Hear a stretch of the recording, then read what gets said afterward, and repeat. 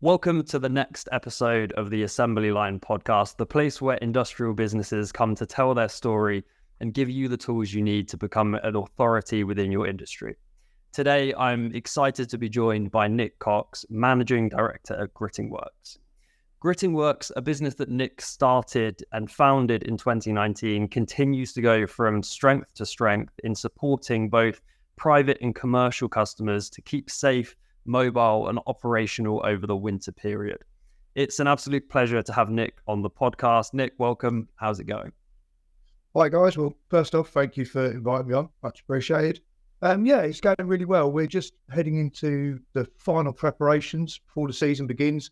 So the team are returning back. We've got training nights organised, and it's just busying up quite nicely, ready for the long season ahead, as it were. Fantastic. I mean, it's potentially going to be a busy one if the weather over the summer is anything to go by. Nick, I'd just like to get started understanding a bit more about your personal journey in the sort of winter maintenance industry and what actually drew you to the sector from both a personal and professional perspective. Okay, so previous to this, I was running a full ground maintenance business. We used to offer out every service. So we used to be busy with grass cutting and hedge cutting, commercial and private during the summer. And what I found with that, it was great, but I was the proverbial busy fool. And it come to a point one winter where one of our commercial customers, they asked us to do some gritting for them and snow clearance on the pathway, which we did. It was a case of go down to Wickes, buy a snow shovel, a few bags of grit and complete that. And I kind of thought to myself, this is good. And I looked into what other companies were doing, other grounds maintenance companies, the bigger ones more specifically, and they're obviously offering full gritting services, etc. And I thought, do you know what? That's a good thing to do over winter. I have to have a purpose. I don't like downtime at all. So we looked at that and we kept it small to start with. So it really was just me with a walk behind spreader and a snow shovel to start with. And that sort of sparked a couple of years of learning into the industry. I'd literally go down to Wickes each night, buy a few bags of grit and go and do the customers that night as and when they wanted. I didn't really invest into machinery at that stage. I was just learning more about the industry. But as time went on, it started picking up, and I invested first in a tailgate spreader, which went on the back of a van, because of doing the grounds maintenance during the summer, we were working out of vans, not 4x4s, and I got that tailgate spreader first of all, and started doing slightly bigger sites. But it come to a crunch one winter where a subcontractor we'd hired to do the snow clearance part for us, because obviously we didn't have the machinery for that. He let us down. And that night I learned a lot about mental resilience. There was 12 hours of shoveling snow throughout the car park overnight, which mentally broke me, but it also mentally made me at the same time. And I come out of that thinking, right, we've got to have the right equipment. We've got to be able to do it. And that's where we started investing. We got the first 4x4, which had a gritter on the back of it, and we had a snowplow on the front. And it was quite a simple setup still, though. It wasn't a big investment. It was quite a simple setup. And over the next few winters, the winter side was picking up and the summer side was stagnating. And I realised actually, if we did the winter side right, we didn't need to be doing the summer side of the business as well. It's that age-old adage, isn't it, of doing one thing and perfecting it and do it really well rather than spread yourself out. So I kind of differentiated from other companies who were adding more and more services. We took out the services and we stripped the summer side from the business. I thought, you know what, I'm just going to completely set up a new company and I'm just going to close the old one down, which we did. And it's possibly, looking back over 13 years of self-employment, it's possibly the best decision I've ever made, was to head into that niche. Because something I noticed with the grounds maintenance sector, you constantly fighting what I call the £12 an hour gang. You know, people who were doing the same work, but they were charging so little for it, you know, and trying to compete with them on price, you never can. They don't have insurance, they don't have all that.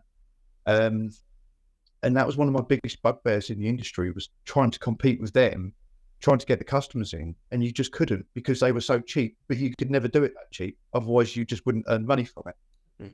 Whereas going into the snow clearance and gritting, it's very, very specialist. And actually there's quite, to do it right, there's a high bar of entry, a high entry level. And it stops, you know, those people who are not going to invest in it doing it, which means they need to put money into it, which means they need to charge more. So it absolutely works in my favour, because I'm not arguing with them anymore. But yeah, it was literally a case of do one thing, but absolutely be brilliant at it. You know, nail it, hit it head on.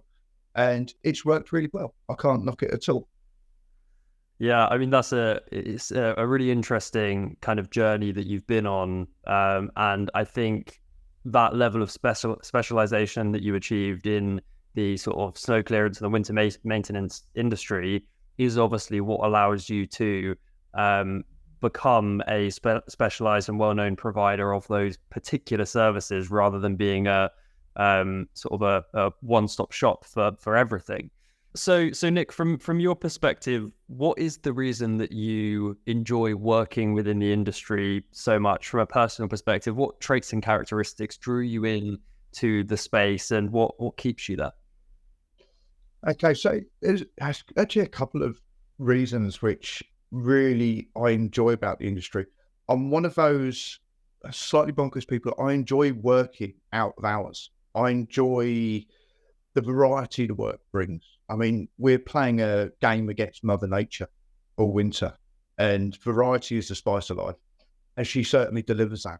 You never quite know what each winter's going to bring, and each winter brings new challenges. And like I said, I've done shift work my whole life. I've always worked out of hours, unsocial hours, and I quite enjoy that. I like the unstructured part of the job. And also, for me, I'm a serial planner.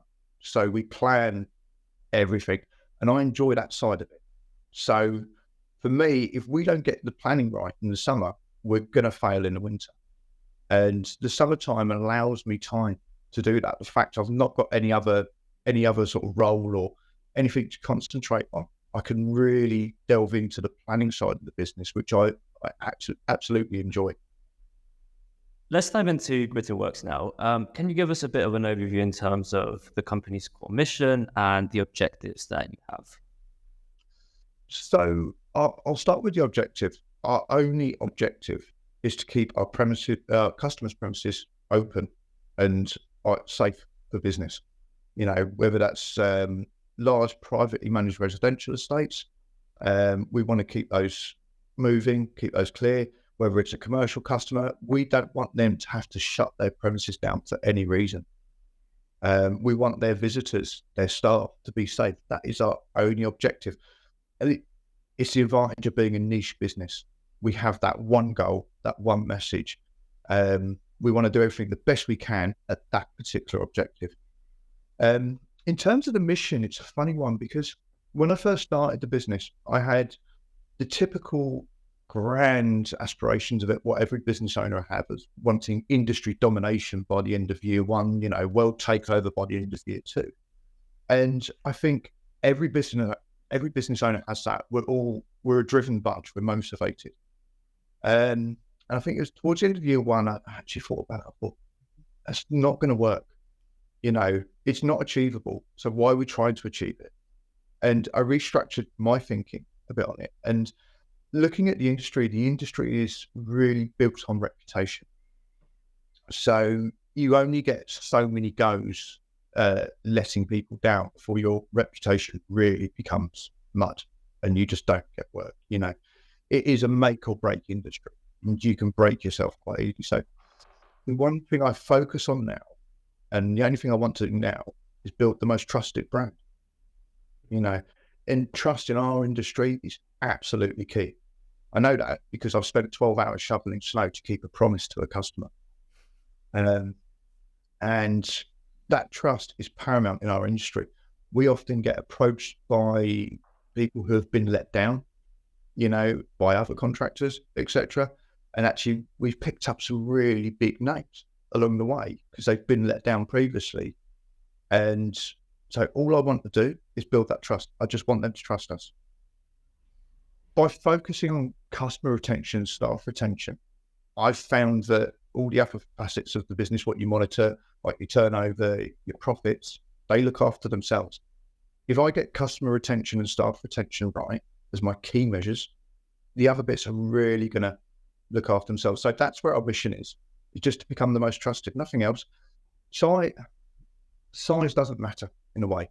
And I see so many small businesses online I describe them as peacocks. So they're displaying their feathers. They're trying to make themselves look bigger than they are.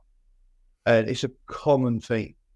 And you'll notice in some of the stuff I post on LinkedIn, sometimes a bit too much, but I'm an advocate for small businesses, and put your hands up, say you're a small business and be proud of that, and our mission is really to build that most trusted. Size doesn't matter. I don't mind whether it gets big or not. And as long as we're doing the right thing by our customers, we earn money along the way doing that, because obviously that's any business's goal. Then apart from that, everything else will fall into place naturally. So everything revolves and starts with that mission of building that trust up. We've got some great customer retention figures, and I intend to keep them for as long as I can. Yeah, that's really insightful. I think trust in business is just an incredibly profound and important thing to hold between a business and its customers, and between a business and the overall market. I'm interested to hear, and there's a few things that you've gone into there about how Gritting Works sort of almost differentiates itself within the industry. Obviously, you're a very specialized business. If you wouldn't mind going into a bit about how you differentiate yourselves, Nick. Okay, so it's very hard sometimes to differentiate yourself in an industry where the services are essentially the same. But our model is slightly different to maybe some of the other industries and the other industry operators. So we stay niche. We stay absolutely niche. We're not farmers. We're not fencing contractors. We're not a grounds maintenance company doing winter as an add-on. Nothing against those guys. Some of them do absolutely spot on job of it. But for us, staying niche has been the winner. And when you think about it in marketing terms, it makes your marketing easier because you have one message. That is it. And it's allowed better investment into the kit we use. As far as I'm concerned, the kit we have is top of the range. And I never had that when I was in the ground maintenance business, because I was always having to buy more mowers or hedge trimmers. It was our investment was split over a wide area, if you like. Whereas in niche, we've absolutely been able to invest in it. You look at the forecasting system, what we brought out this year, and we've invested thousands in that. And for a small business, essentially, we're punching above our weight with that.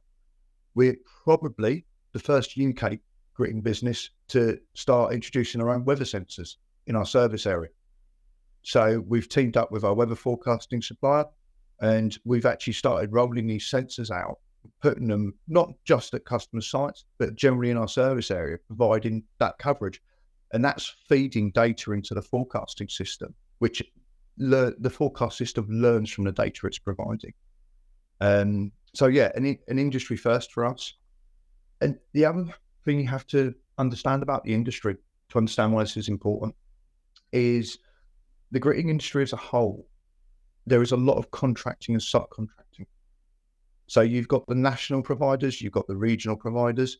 A lot of the national providers work with bigger companies with multi-sites up and down the country, and they will subcontract work out to the smaller regional providers. So I'm a regional provider. We operate in a very set area. We cover 4 counties at the moment, and we've just unofficially started going into a fifth. But we are a regional provider. So those national providers, whilst they'll do quite a bit of the work themselves, they're actually subcontracting it out to the regional providers. Now, obviously in the early days, I was burned by a subcontractor who was supposed to clear a car park by snow. He got a better offer from elsewhere, his reason for not doing it. And I decided over that night that I was never going to put myself into that position ever again, to be relying on an outside source for an area of the job, which essentially is really, really important. So we don't subcontract any of the work out. It's all done in-house, from the snow clearance to the gritting. Any of it is all done in-house. I'm not knocking subcontractors with that, because there are some absolute brilliant ones out there who do a first-class service and will never let you down. It's just, unfortunately, on that evening when I needed one most, I didn't have one in my back pocket. So I just made the decision that it's all going to be done in-house. We're not going to subcontract anything out. And the same on that, we don't subcontract work in. So we won't go and work for a national provider. It's something I've always been adamant about. That may not please everyone in the industry. But I've never had a problem getting customers in myself to grow the business. So I don't need to go out looking for work from other providers. Often not, the prices are lower. And the problem there, when you get to them, is they're putting a lot of sites on you. So you might go and invest in a £30,000 gritting truck for one to do their sites. At any one time, they can take those sites back off you and say, no, we're going to do them in-house this year. And you've got a truck sat there doing nothing. So it protects the business better. And it means our customer base is spread out. We haven't got all our eggs in one basket, as it were, which makes the business safer in the long run. You know, we're not dependent on one customer for a huge chunk of our turnover and profit. Yeah. I really think that's great. I mean, as a business owner, the best thing you can really do is just use the experiences that you have in front of you, data, any information you have, and just making sure you're acting upon it rather than just almost like just looking at it and not doing anything. So even if that means not working with subcontractors or anything else, I think that's the best thing that you can possibly do, is just acting on what you have in front of you. I'd be interested to hear, Nick, in your role as MD, what tools and strategies do you believe are really indispensable in terms of, marketing the business in this industrial space? So I'm a firm believer in spreading yourself to a degree. So in terms of strategy, you've got to look at the different elements of how you do your marketing. So you've got the offline marketing and you've got online marketing, to put them into two sort of subsets. And you need to be able to hit out across both. I've had a business myself what relied solely on digital marketing, and one small change in the algorithms where it's not set up, it can really diminish your business. It's the same for offline marketing. When COVID come along, all those people running networking events and everything, suddenly that was swiped out. And I think a few companies got found out the hard way, that actually you need to have a diverse strategy to put into place what breeds across both platforms. Because COVID proved this, we never know what's just around the corner. Luckily, I'd learned that the hard way a few years before COVID. So for me, we had different ways, and our strategy revolves around offline networking. So going out, meeting people in person, and then, there's the online as well. We've got social media, we've got Google, there's different elements to the digital marketing. In terms of goals, and this specific more to digital marketing, you've got to have different ways of doing it. I think you've got to have a couple of different ways. So if you were to put all your business on, say, LinkedIn, if your LinkedIn was your main revenue generation, your lead generation model for your business, what are you going to do when the algorithm changes overnight? Yeah, these are not your platforms. They're not in your hands. So you need to spread yourself to a degree. and have multiple assets of lead generation lined up. Even if they're not working 100% straight away, you need to have them there ready to go in case something changes on another platform. And that is pure experience speaking. That is, like I said, I learned it the hard way very early on in my business days. But to start with, you need to identify where your customers are. You need to identify where they're hanging out. There are businesses, what I know of in this day and age, what still don't have any digital marketing. But then a lot of their customers aren't on digital. So for them, they've identified where their customers are, the best way for them to get business, and they still work like that. And I think it's more than possible to do that, but your business will have a ceiling. And if you want your business to grow, you've got to have multiple ways of doing it. But yeah, so I do believe in picking what you're going to do, identify where your customers go, and then really concentrating on key areas. So I talk more about small businesses because that's what I run, and that's where my experience is. I'm not talking about businesses with millions of pounds marketing budgets. But for small businesses, find a few key areas where you can and really put your energy into it. Time and time again, you see businesses on social media using those tools, and they put a post out once a week. They don't come back and reply to comments ever.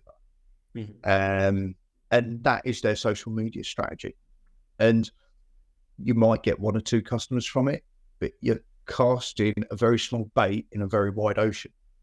And we made the decision early doors that whilst we have a presence on all the other social media platforms, our customers are on LinkedIn. That is where they are most active. So whilst we have a presence on other social media platforms, we rarely actually use them, and we don't put any effort into it. So our effort goes into LinkedIn as our social media tool of choice, if you like. And by putting 100% effort into that one and not putting anything really into the rest, it's yielded really good results for us. I certainly can't knock it. Yeah, I think that's a really important message, especially, if there's so many businesses really that start something. It's almost like an excited period, like 1 or 2 weeks. They start something, they go full on, and then they just stop it right after.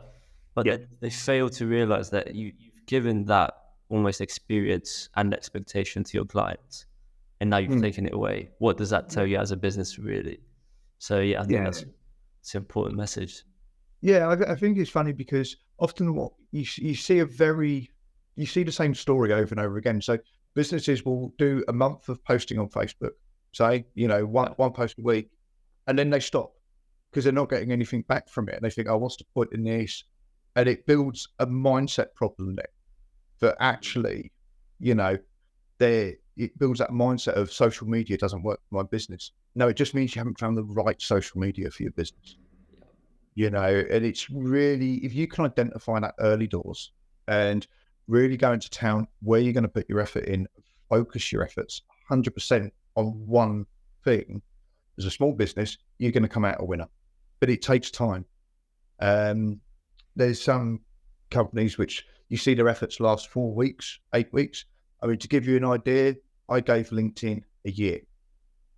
I said, I'm going to put a year's worth of effort into this platform, and then I'll evaluate where I am and whether it's working or not. Yeah, interesting. So tell me a little bit more about LinkedIn then, because I know that's quite a big thing that you focus on in the off season. Tell me a little bit about why you started, how that's almost like a big part in terms of your sales and marketing strategy. So for us, like I said, we identified that that's where our customers were. And I've only really used it really well in the last, I only started on there about 16 months ago. And it started off with more sort of staying in the background, watching, learning. And anything like any form of social media or any tool, it's a skill set you have to learn. It's not going to come naturally. And like I say to people, the baseline, I drive Britas for a living. don't expect wonders. But it's the wonderful thing about my job is it gives me time in the summer to learn new skills and, developing the skill set to write properly or write mediocre content, as I call it on LinkedIn. It is absolutely a skill set, and it's one you have to learn. So, I mean, we started very, very small on there, just putting out content, once every few weeks. And it's what I call rinse and repeat. So you put something out, you look at the feedback, you test it, did it work well? But LinkedIn's not just content. You've also got a lot of network building on there. And I kind of describe it the same as you wouldn't walk into a networking event, stand on the table and shout, "Buy my stuff." So you don't do it on LinkedIn either. You've got to learn the skill set. So this summer, I've been really, really about growing my network on there, putting in connection requests, a lot of outbound connection requests, and just building that network up. But yeah, learning to write for it is an absolute skill. Learning to write what your customers need or want. And I highlight this, Joe, I saw you put a post out this morning, and actually I thought that was really well written because you were addressing the customers. There was a lot of the word "you," and there wasn't many I's in it. And actually that post was really well written in that sense, but you're talking about your customers and their problems, and it's learning to do that as business owners. We're good at talking about ourselves. We're good at talking about our own business. But LinkedIn and any social media, you've got to learn to talk about your customers and the problems they have and how you solve those problems. So yeah, it has worked for us, LinkedIn. It's increased our inbound leads, no end, which is good. It's backing up our other digital marketing elsewhere. So we're not reliant solely on that. It wasn't the first thing. Any social media game, like I said, it takes time to build up. It's not going to be an overnight. So I tend to say to most businesses, look at how, if you're in the early stages of your business, look at how you're going to generate leads the fastest. You can look at Google, at pay-per-click, etc., all of that, but then start building your social media because it does take time. And you've got leads coming in from other areas while you're taking that time to build up. So it's really looking about how it fits around your company as well. And can you allow it that time to really get into it? Yeah, Nick, there's something interesting that I see specifically on your LinkedIn, and I want to go a bit deeper towards how you approach it and how you're essentially achieving it for the business. And what I see is the following isn't massive on there. I think around 3,000 followers, which is obviously good, a lot more than many people have, but it's not up there as the sort of 15, 20, 30, 50,000 followers that some people have on there. However, what I see in your content is incredible engagement rates, people that appear to be genuinely interested in what you do, your work, in the comments. And for me, that matters far more than someone that's got 15,000 followers, but 12 people like their posts every so often. So how are you going about building those relationships with people and achieving that? So it can take a long time to get that rapport with people. There's people on there I've built some genuine connections with, and they're people I have. They're almost friends for life in a way. I chat with people in direct messages, and that is further strengthening those relationships. It depends on how you write your posts. So I try and write them how I would talk, and unfortunately, I do talk like a tradesman sometimes. So I need to take some of that out to a degree, but the sense of humor is always there. I'm never too serious in my posts. And actually it comes back to our strategy. So we're a small company. We're not going to out corporate a corporate company. So we don't try. And I don't try on LinkedIn either.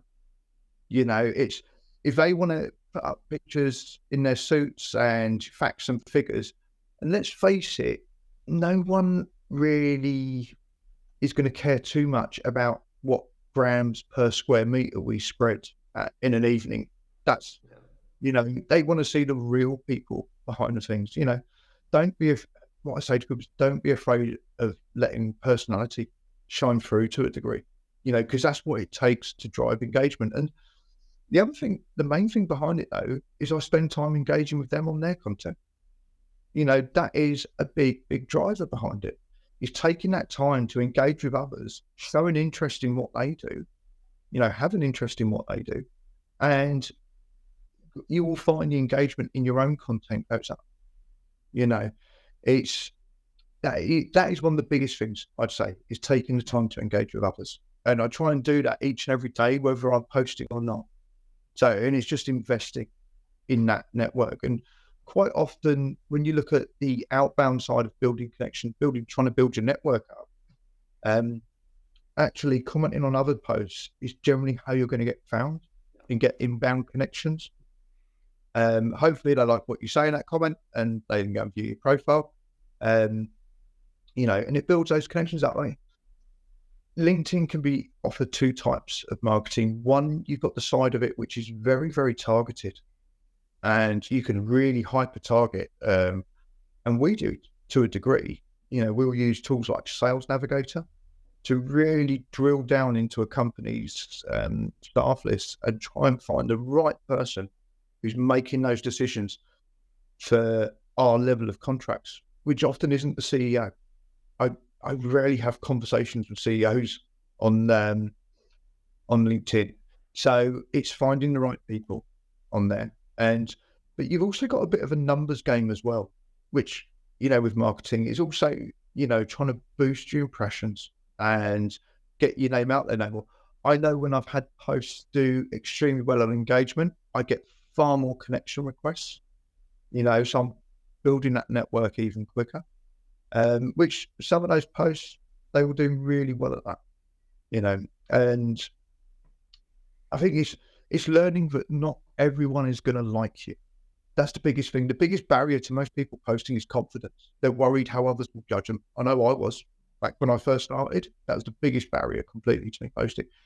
And it's something which has got better with age. I care less and less what others think so much, and there's always a rhythm to how I post. So midweek, you've got more content on target about, what we actually do in the business. I use storytelling a lot. So I'm building up a picture. And what that does is it kind of displays my values to potential customers. So my values matter because they will drive the values of the business. And if potential customers can see those values outright, you've got a starting base. When the time is right for them to look for a contractor for their business, you're kind of hoping they're going to remember the stuff you've posted. They're going to remember about that guy on LinkedIn who was shouting about customer retention being so much. Slightly annoying guy, given, but he was shouting about it. And they're going to be coming to you for a quote. And that's happened to me in the past. Certainly December last year saw some immense snowfall in our area. And it was immense. And that triggered at least 4 to 5 connections from LinkedIn to get in touch saying, we want our services. And we didn't rush to them. We had to service our current customers first. And we said, okay, we'll come back to you when it's all died down a bit and a bit quieter, and we'll get something set up. Again, that comes back to the trust building. We're not going to jeopardize current customers for future customers. People, although they want help there and then, they're going to appreciate that in the long run. The fact you wouldn't. But it all comes down to the type of content you put out, the effort you put into engaging with others. I would say more so.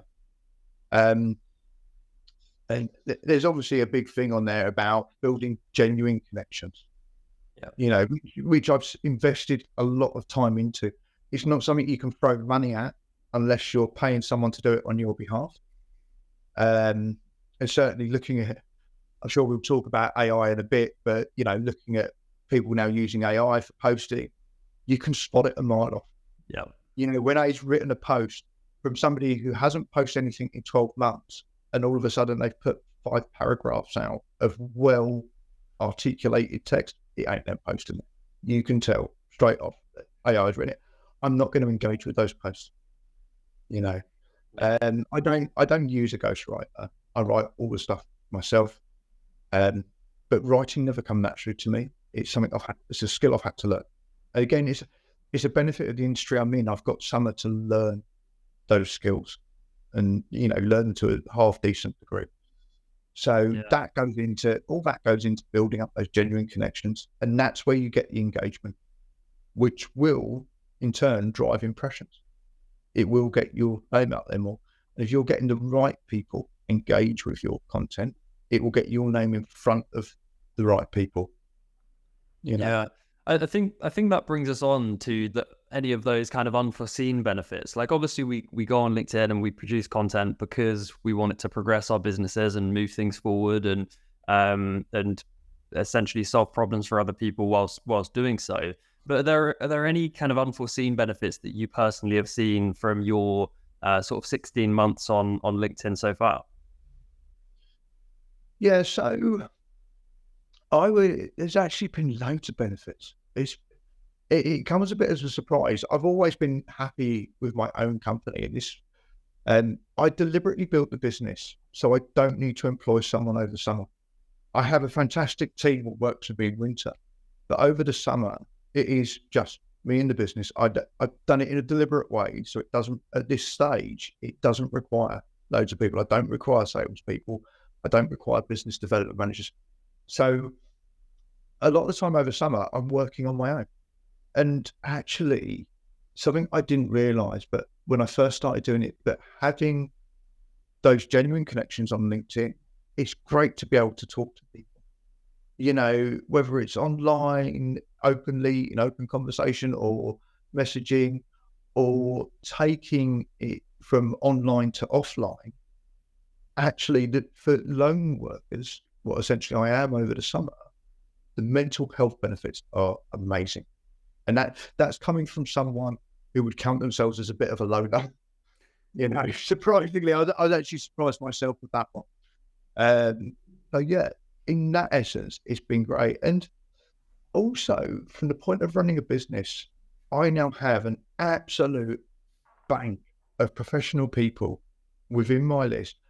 If I need to outsource something, I'm already knowing 6 months ahead who I'm outsourcing that to. Yeah. Because I've already got a connection with them. So absolutely 100%, those genuine connections matter. And it also, I mean, looking at it from a business side, if you've got a steady engagement in your posts, when you if you're putting a new service out there, or for an industrial business, for a service-based business like mine, when you're going to announce a new service or you've got a new piece of equipment you really want to shout about, or for us moving into a new area, I've got a ready-made audience there to shout about it too. And it might be that, people think, well, why would you connect with, say, a menopause coach in Suffolk? What possible use is that to your business? You're not going to build you're not going to sell to her. And I always think back, well, actually, if she's engaging with my posts, then that's going out to her contact list to a degree. She's putting my name and face in there. So not only actually, might need her services at some point, you never know as the business expands. But those genuine connections serve that purpose of being able to increase your reach, announce company news and push it further.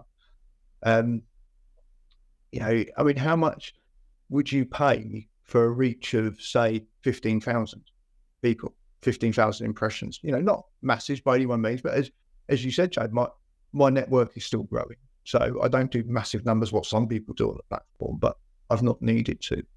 But if you think for putting a good piece of the time it takes to put a good piece of content together in one hit of the enter button, I've reached 15,000 people in a morning, you know, and it's that old saying, isn't it? You miss 100% of the shots you don't take, you know, so it all helps. I mean, the other bonuses as well, you get invited onto really cool podcasts to talk about yourself a lot, which, no one thinks. Yeah, and I mean, you've got to look at the future, looking at the future of the business still. You know, having a big network is going to make recruitment 10 times easier when I get to that stage. Because there will come a stage where I do employ people all year round. It can't be just me forever. I appreciate that. So it's already given me a network to recruit from. And like I said, I've got that absolute army of people I can outsource work to in the meantime. You know, if I don't want to do something full time with someone. Yeah, absolutely. That's incredibly useful, as you say, like whether that's recruiting or if it's just finding a future customer at some point in the future. That's really helpful. Yeah, it's a funny one when people talk about building genuine connections to sell online, because in some services, for some things, absolutely, you've got to have a genuine connection to sell to someone. You know, you've got to build rapport with someone. But if you term it in terms of industrial business or a physical service business like mine, that genuine connection is not always necessary. I've done quite a few £1,000s worth of business from LinkedIn, and I would say it's 50-50 in terms of that what's come from genuine connections to actually just connecting with someone at the right time. And I'll tell you about something which happened back in the early days of me starting on LinkedIn, before I really started posting content. You know, I was doing some really targeted outreach in terms of who I was connecting with. And there was a name I had for somebody I wanted to connect with. They were a property facilities manager for a couple of industrial estates. And I sent them a connection request with a nice message saying, "Hi, would you like to connect with me?" Like, no sales at all. And they replied back with, "Yes, please. Can you give me some quotes?" You know, and 2 years later, they were one of our bigger customers. Yeah, spending thousands. You know, it's funny. You don't always need that. I've had people who have just watched my content, watched the journey, and they will reach out to quotes. They've never engaged with a post once. You know, they've never liked a post, they've never commented, they've never had any other messaging apart from that. "Hi Nick, can you give me some quotes for our sites, please?" So genuine connections, absolutely important. You know, they will never hurt your business.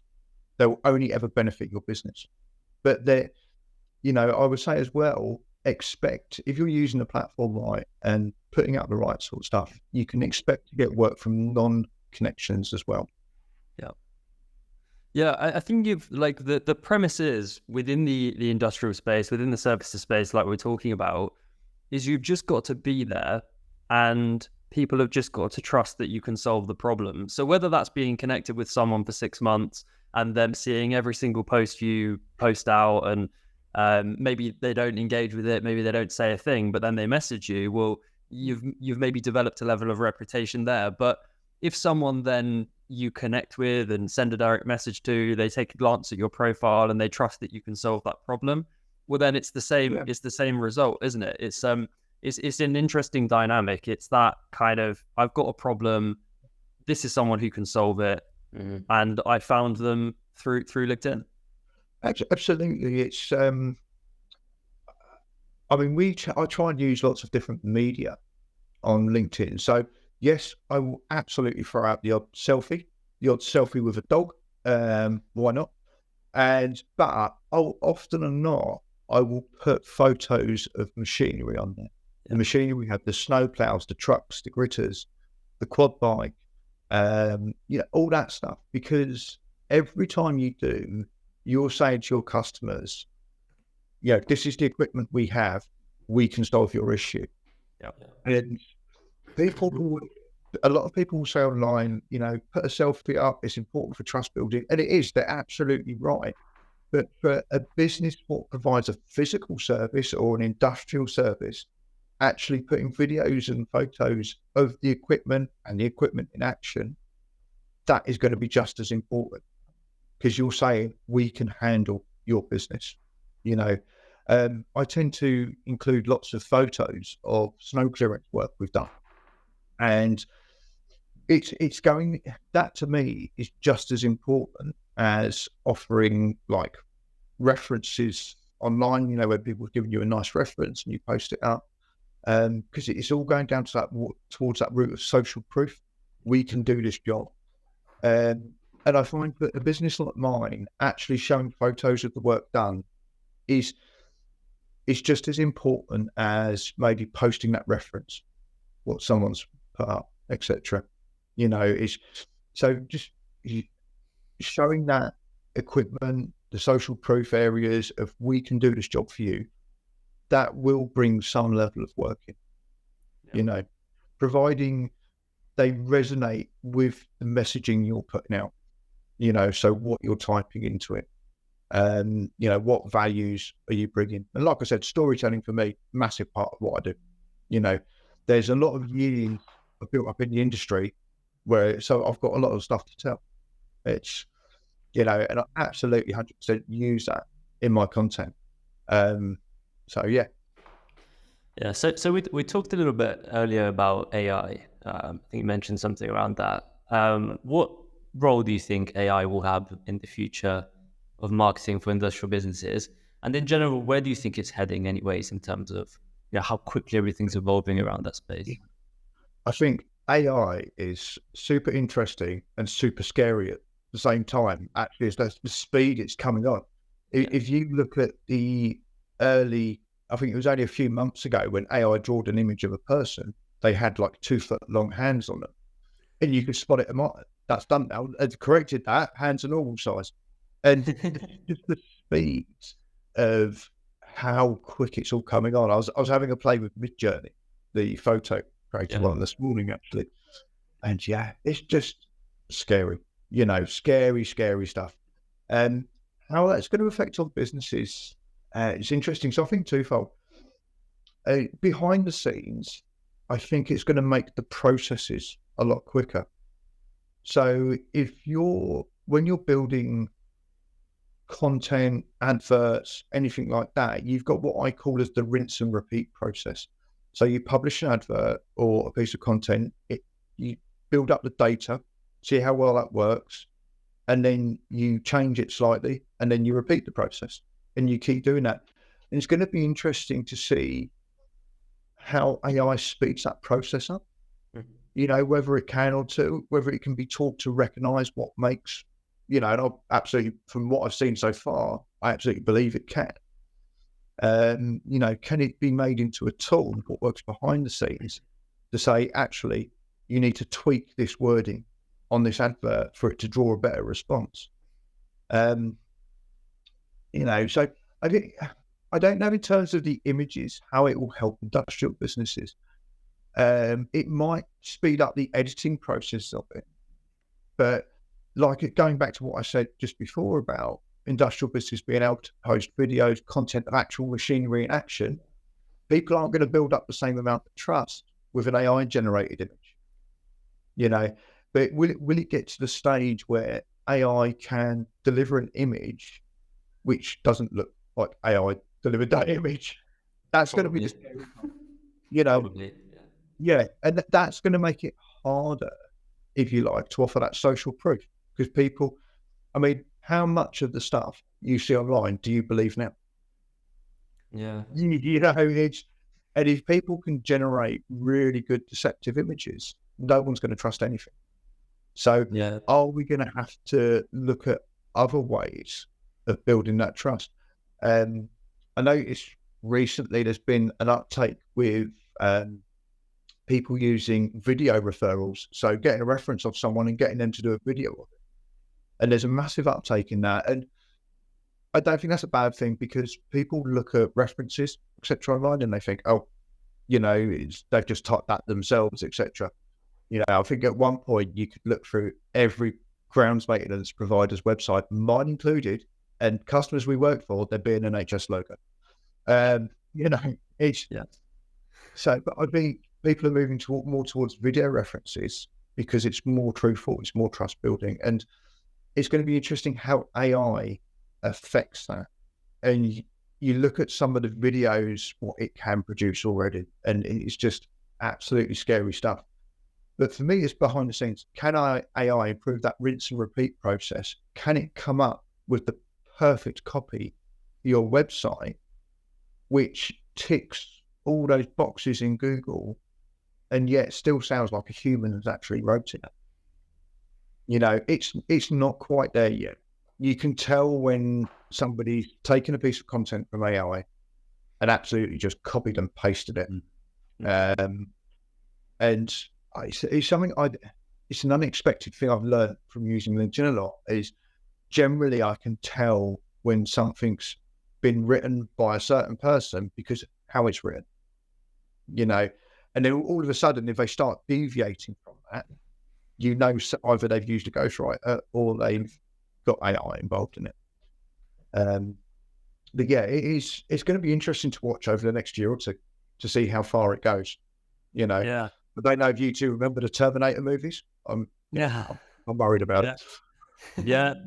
You and me both, Nick. I mean, we're getting towards the end now, and I think that's a really interesting set of insights around the sort of speed at which things are progressing, the ways in which businesses could start using it. I mean, I'm interested to hear how are you as an individual and as a business almost staying on top of those trends and making sure that you're able to execute those strategies that maybe are becoming more popular, more impactful within the industry at the moment.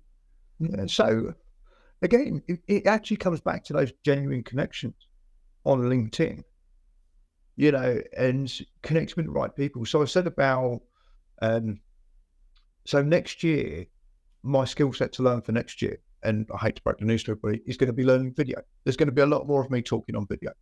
It's something I've got to get comfortable with, and confidence is key with anything, as you know, and it's a skill set I've got to learn. So in preparation for that, I've made sure I've connected with at least 6 video trainers who are regularly putting out videos and hints and tips on how to do video. And I pay attention to their posts. You know, I pay attention to what they're telling me. And AI is just the same. There's already people going around calling themselves an AI coach for this, AI coach for that, which is quite interesting. They've come up quite quickly. But they're already putting out ways of using it, which I wouldn't have known otherwise. And, you know, genuine connections and connections on LinkedIn, if they're putting out those hints and tips, you can absolutely learn from it. How much it's going to affect my business personally, I don't know. Because like I said, it's, you know, I've got the equipment. I don't need to replicate an image of a snowplow because I have a snowplow to take an image of. It's, you know, whether it can speed up or provide like tips for content, I don't think I'd ever want to go down the route of using it absolutely 100% for content, unless it's website, you know. But for personal stuff like I'm writing on LinkedIn, I just wouldn't do it. My own values, so it's got to be me what writes it. But for website copy, can it improve our website copy? Can that then improve our digital marketing in that area?